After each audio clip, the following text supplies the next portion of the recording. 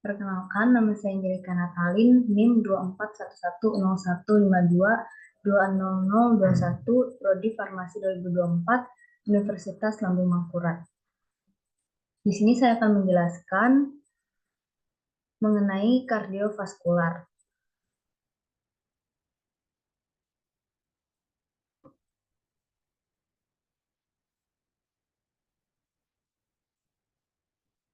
Peran jantung. Jantung berfungsi untuk memompa darah ke seluruh tubuh. Sisi kiri jantung mengandung oksigen yang dipompa ke seluruh tubuh, dan sisi kanan jantung tidak mengandung oksigen tetapi karbon dioksida, dipompa ke paru-paru. Jantung juga memiliki katup yang berfungsi untuk mencegah aliran darah berbalik lagi atau kembali. Jantung terletak di mediastinum media yang terletak di bagian vertebrata thoracalis ke-5 sampai ke-8. Jantung manusia memiliki berat yang berbeda antara pria dan wanita. Wanita kurang lebih 230 sampai 280 gram dan pria 280 sampai 340 gram. Mediastinum adalah suatu rongga yang terdapat di dalam toraks di antara paru-paru kanan dan kiri yang berisi jantung. Mediastinum terdiri dari mediastinum superior, anterior, dan media.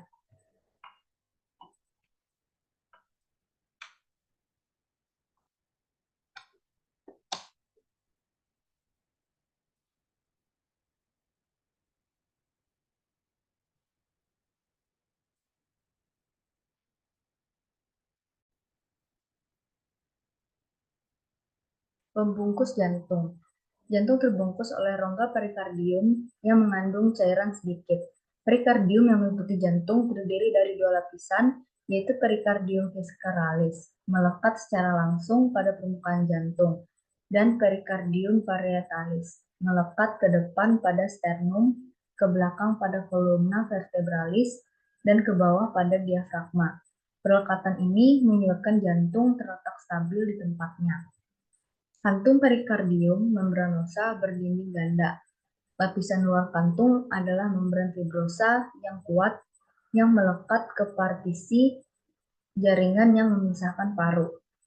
Perlekatan ini menambatkan jantung sehingga jantung tetap pada posisinya di dalam dada.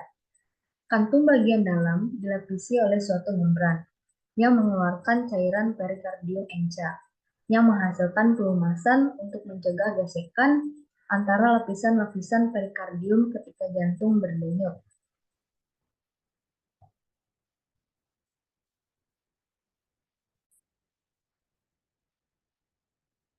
Batas-batas jantung.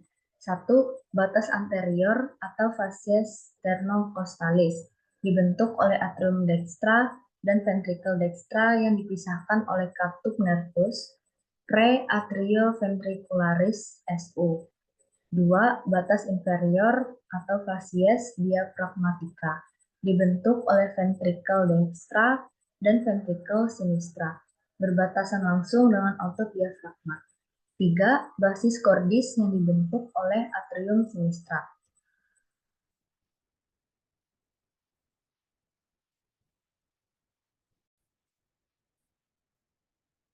Ruang atau bilik pada jantung. 1. Atrium dexter.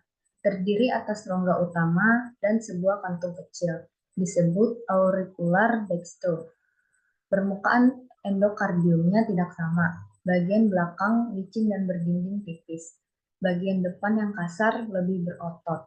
Dilengkapi gigi-gigi muskular, muskuli pectinati. Batas luar kedua, bagian tadi berupa alur vertikal dangkal. Sulcus terminalis dan batasnya di sebelah dalam berupa rigi vertikal. Dikenal sebagai crista terminalis. Septum infraarterial memisahkan kedua atrium dan terdapat fossa ovalis sebesar sidik ibu jari lonjong. Sisa foramen oval dan katupnya pada janin.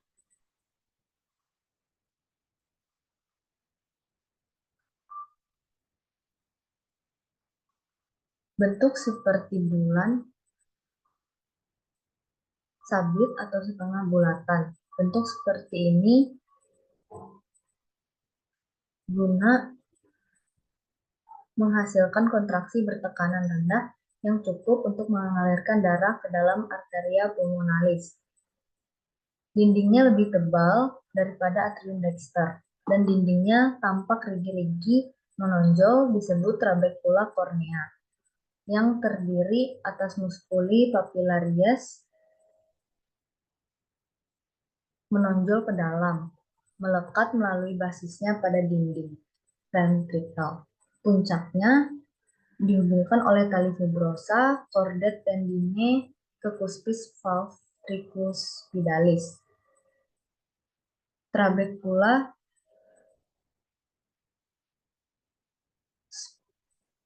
septomarginalis melekat dengan ujung-ujungnya pada dinding ventrikel dan bebas pada bagian tengahnya menyilang rongga ventrikel dari septa ke dinding anterior. Trabekula ini membawa fasciculus atrioventricularis crus dextrum yang merupakan bagian dari sistem konduksi jantung. Rigi-rigi yang menonjol. Valve atrioventricularis dextra mengawasi ostium atrioventricular dextrum, valve tricuspidalis. Alas masing-masing kupis tertambat pada annulus fibrosus, selaput pars membranosa, dan bagian muskular. Septum interventricular terdiri dari bagian berupa pars muscularis, penyekat kuat yang terletak miring antara ventriculus dexter dan sinister. Valve trunci pulmonalis melindungi ostium trunci pulmonalis dan terdiri dari 3 valvula semilunaris yang dibentuk dari lipatan endokardium disertai sedikit jaringan fibrosa.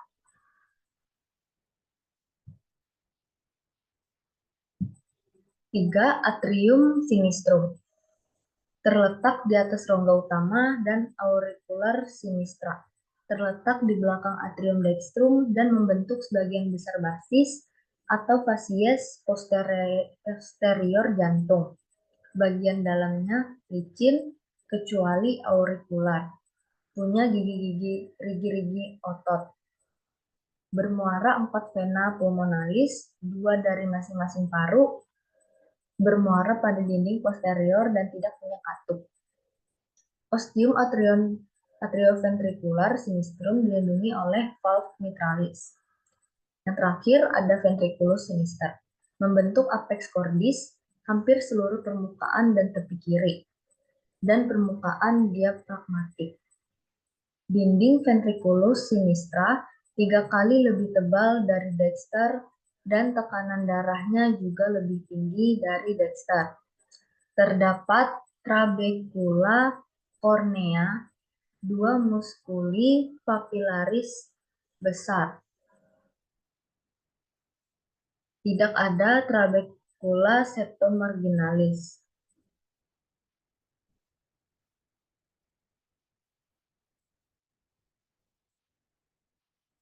Katup-katup di jantung. Struktur dan gambar.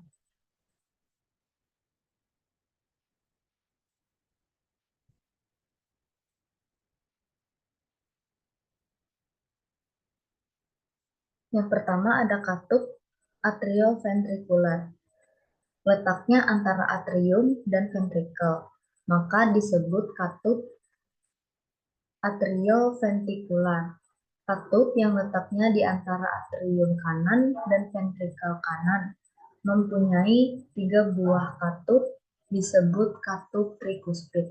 Terdiri dari 3 otot yang tidak sama, yaitu yang pertama anterior yang merupakan paling tebal dan melekat dari daerah infundibular ke arah kaudal menuju inferolateral dinding ventrikel dextra.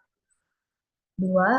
Septal, melekat pada kedua bagian septum muskular maupun membraneus, sering menutupi PSD kecil tipe alur keluar. posterior yang merupakan paling kecil, melekat pada cincin trikuspid pada sisi postero-inferior.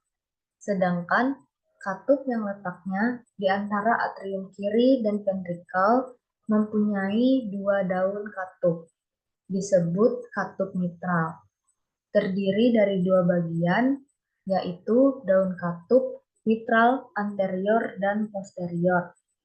Daun katup anterior lebih lebar dan mudah bergerak, melekat seperti tirai dari basal ventrikel sinistra dan meluas secara diagonal sehingga membagi ruang aliran menjadi alur masuk dan alur keluar.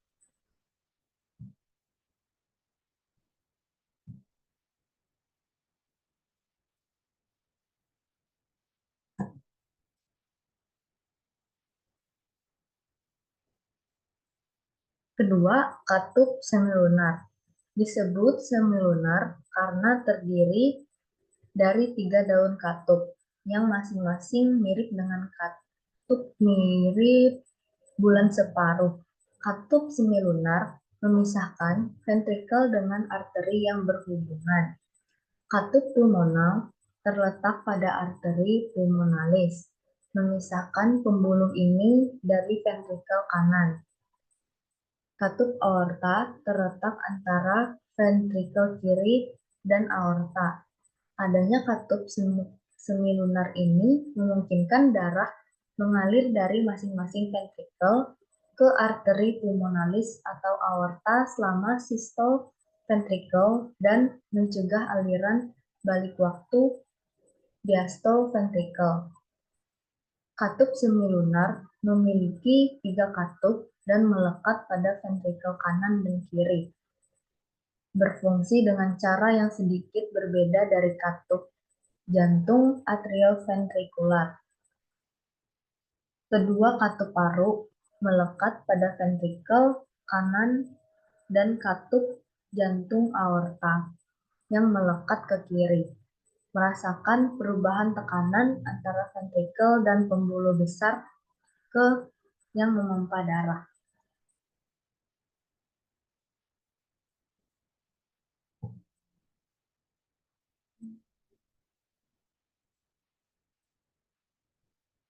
Berikut adalah gambar dari lapisan jantung, yaitu ada parietal perikardium, visceral perikardium, miokardium, endokardium, perikardial cavity.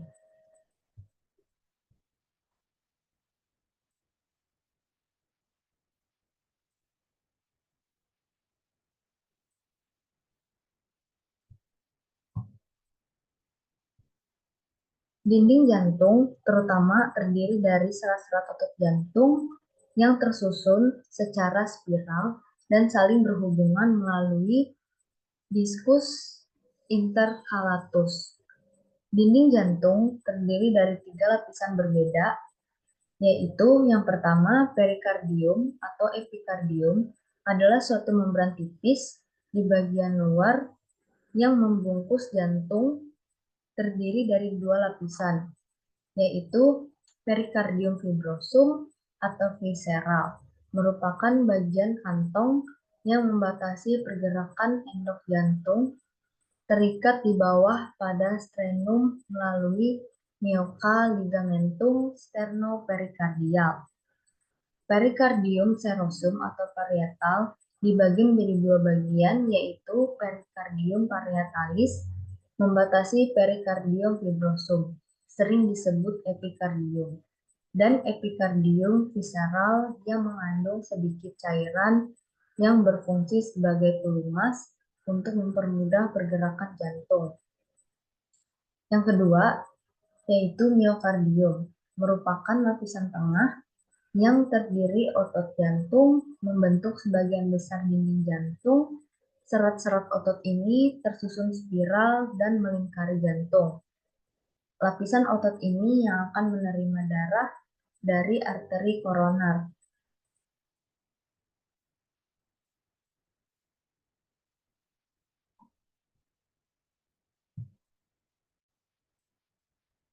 Lalu, ini adalah gambar dari pembuluh darah di jantung.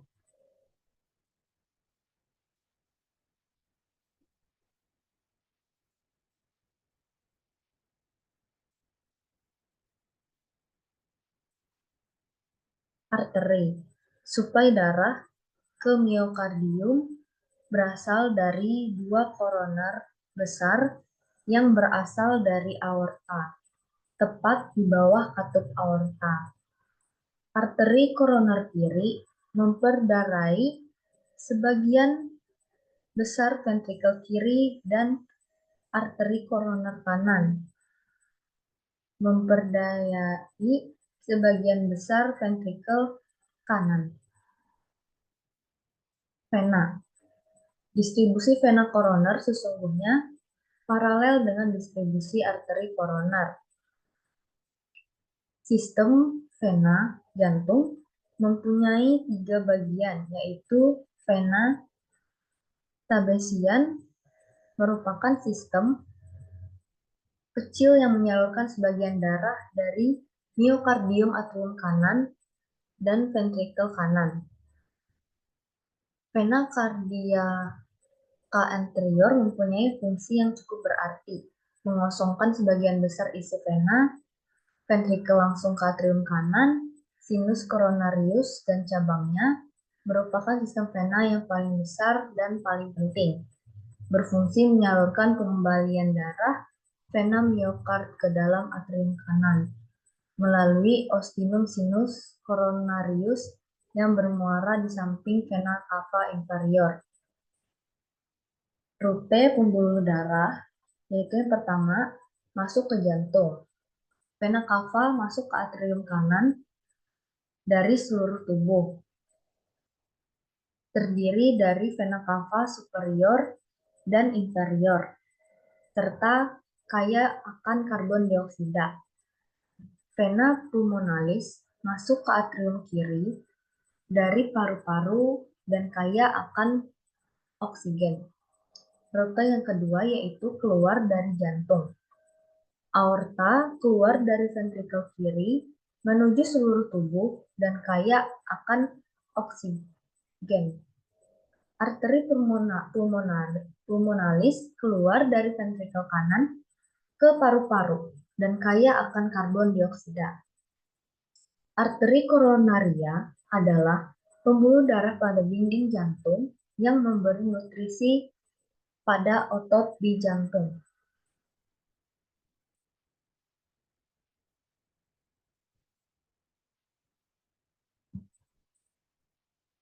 Lalu ada persyarafan jantung. Jantung dipersyarafi oleh sistem otonom. Kecepatan denyut jantung terutama ditentukan oleh pengaruh otonom pada nodus SA. Jantung dipersyarafi oleh kedua divisi sistem saraf otonom yang dapat memodifikasi kecepatan serta kekuatan kontraksi. Walaupun untuk memulai kontraksi tidak memerlukan stimulasi saraf. Saraf parasimpatis ke jantung, yaitu saraf vagus, terutama mempersarafi atrium, terutama nodus SA dan AV. Saraf-saraf simpatis jantung juga mempersarafi atrium, termasuk nodus SA dan AV, serta banyak mempersarafi ventrikel, disarafi oleh saraf otonom. Saraf simpatis merangsang atau menstimulasi denyut jantung menjadi kuat dan cepat. Saraf parasimpatis menahan atau inhibisi denyut atau kontraksi jantung menjadi lemah dan lambat. Inervasi cordis yaitu ada dua. Yang pertama adalah truncus sympathicus, yang kedua adalah N vagus. Truncus dan serabut N vagus akan memasuki plexus cardiacus. N vagus memperlambat denyut jantung, sedangkan truncus sympathicus mempercepatnya. Lalu kita masuk ke sistem respirasi. Di sini ada jenis-jenis dan macam sistem respirasi dalam tubuh manusia, yaitu ada nasal cavity, oral cavity, lidah, epiglotis, paru-paru, bronkus, trakea, dan laring.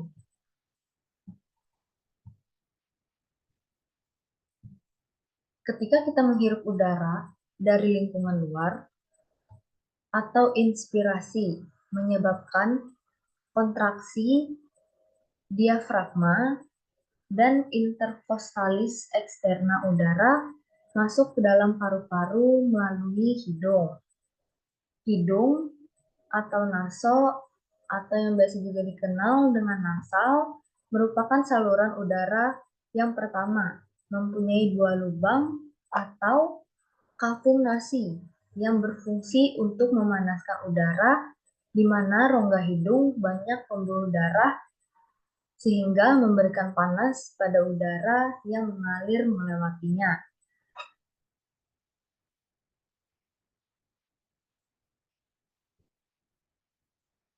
Di sini ada struktur atau gambar dari hidung pada manusia.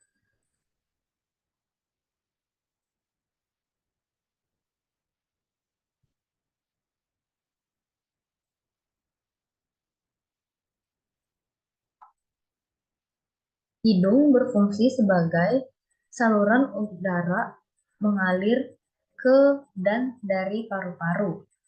Hidung juga berfungsi sebagai penyaring kotoran dan melembabkan serta menghangatkan udara yang dihirup ke dalam paru-paru.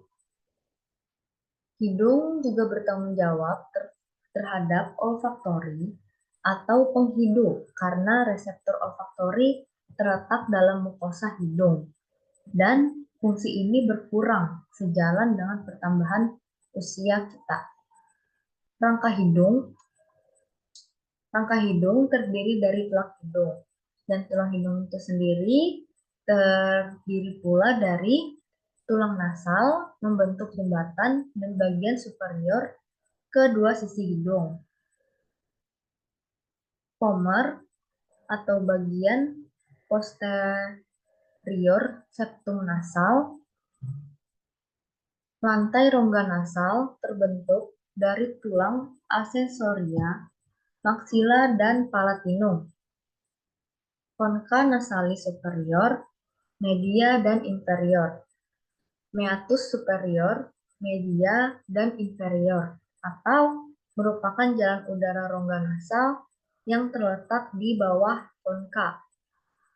Kedua, yaitu tulang rawan. Tulang rawan sepasang cartilago nasi lateralis, sepasang cartilago alaris mayor, beberapa pasang cartilaginous alaris minor, tepi anterior cartilago septinasi.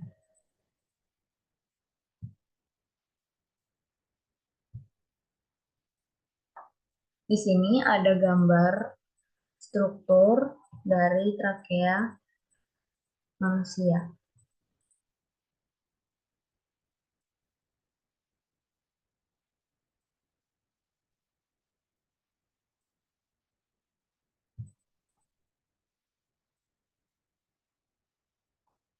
Trakea adalah saluran udara yang terdiri dari cincin-cincin yang terbuka di sebelah belakang berbentuk tapal kuda. Jaringan tulang rawan hialin dan masing-masing dihubungkan oleh jaringan ikat elastin. Trakea terletak sebagian dalam leher dan sebagian dalam toraks. Panjang trakea 15 cm dan diameter 12 mm pada orang dewasa. Trakea ke atas melanjutkan sebagai laring dan ke bawah membagi menjadi bronchi principalis extra et sinistra. In vivo trakea setinggi 6 sampai dengan 6,5. Arbor bronchialis adalah percabangan trakea dan bronkus sampai menjadi cabang akhirnya. Bifurcatio trakea adalah tempat percabangan menjadi bronkus principalis dextra et sinistra. Terdapat di perbatasan mediastinum superius dan posterior setinggi 5 atau 6. Bronkus dextra lebih tegak, lebih pendek, dan lebih lebar dari bronkus sinistra, sehingga corpus alienum yang memasuki bronkus akan berada di sebelah kanan.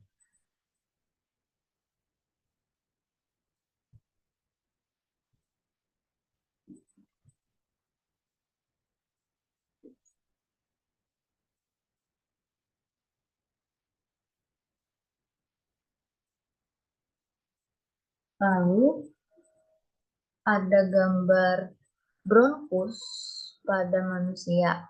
Ada bronkus kanan, lobus kanan, bronkus kiri, bronkus, bronchiolas, lobus kiri.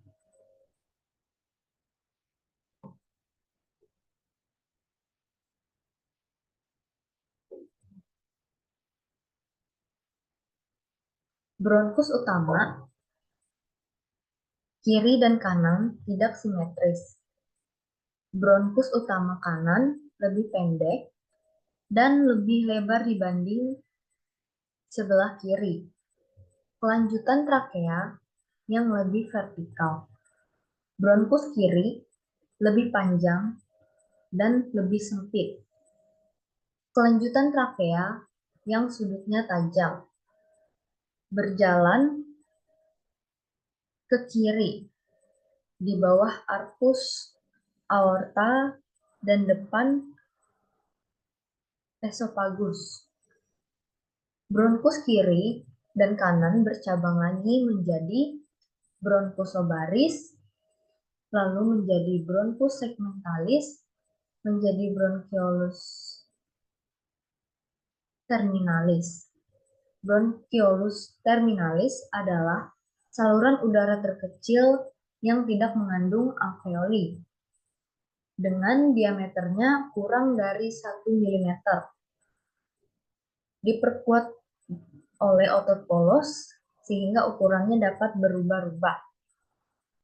Seluruh saluran udara ke bawah sampai tingkat bronchiolus terminalis disebut juga dengan saluran penghantar udara.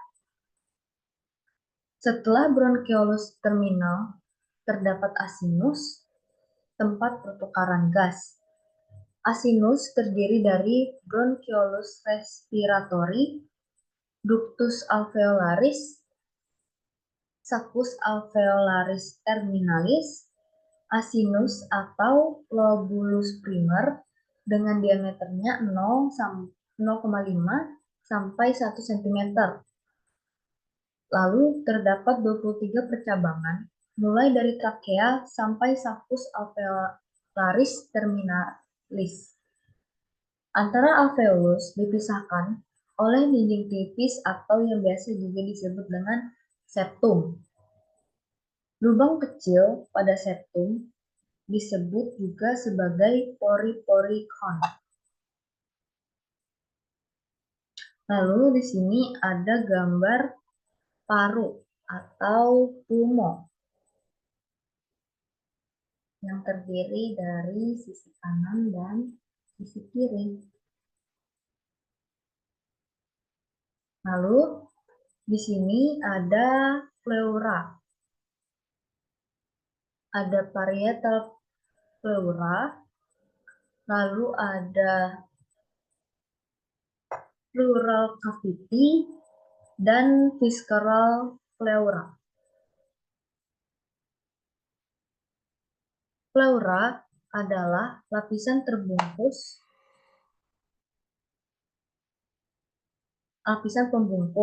paru-paru atau pulmo yang mengandung kolagen dan jaringan elastik. Antara pleura yang membungkus pulmo dextra et sinistra dipisahkan oleh adanya mediastinum. Pleura dari interna ke eksterna terbagi atas dua bagian, pleura visceralis atau pulmonalis. Pleura yang langsung melekat pada permukaan pulmo, pleura parietalis, bagian pleura yang berbatasan dengan dinding toraks. Kedua lapisan pleura ini saling berhubungan pada hilus pulmonis sebagai ligamen pulmonal atau pleura atau pleura penghubung. Di antara kedua lapisan pleura ini terdapat sebuah rongga yang disebut dengan cavum pleura, di mana di dalam cavum pleura ini terdapat sedikit cairan pleura yang berfungsi agar tidak terjadi gesekan di antara pleura ketika proses pernapasan sedang terjadi. Pleura parietal berdasarkan letaknya terbagi atas 4 bagian, yaitu yang pertama adalah cupula pleura atau pleura cervicalis yang merupakan pleura parietalis yang terletak di atas poste 1.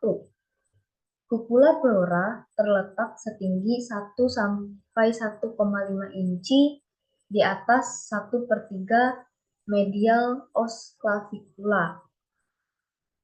Yang bagian kedua adalah pleura parietalis pars costalis, pleura yang menghadap ke permukaan dalam koste. Cartilage koste, pinggir corpus vertebra, dan permukaan belakang os sternum. Yang bagian ketiga adalah pleura parietalis pars diaphragmatica, pleura yang menghadap ke diafragma, permukaan torakal yang dipisahkan oleh fascia endothoracica.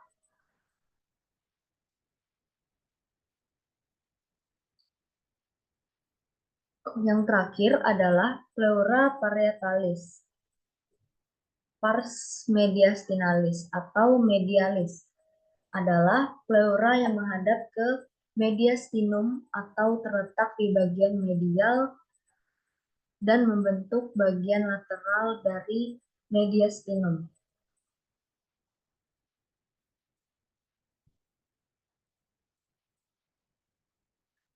Dan yang terakhir yang akan kita bahas adalah mengenai sirkulasi paru-paru. Paru-paru berperan dalam menyediakan darah teroksigenasi dari sirkulasi sistemik. Fungsinya yaitu untuk memenuhi kebutuhan metabolisme paru. Arteria bronchitalis berasal dari aorta thoracalis, berjalan sepanjang dinding posterior bronkus.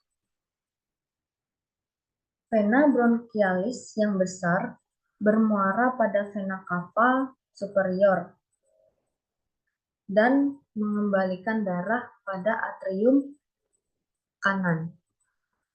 Vena bronchialis yang lebih kecil mengalirkan darah ke vena pulmonalis. Sirkulasi bronkial tidak berperan dalam pertukaran gas. Arteria pulmonalis yang berasal dari ventrikel kanan mengalirkan darah ke paru-paru. Jaringan kapiler paru yang halus mengitari dan menutupi alveolus diperlukan untuk proses pertukaran gas antara alveolus dan darah. Darah teroksigenasi, kemudian dikembalikan melalui vena pulmonalis ke ventrikel kiri, lalu selanjutnya ke sirkulasi sistemik. Sekian penjelasan dari saya, terima kasih.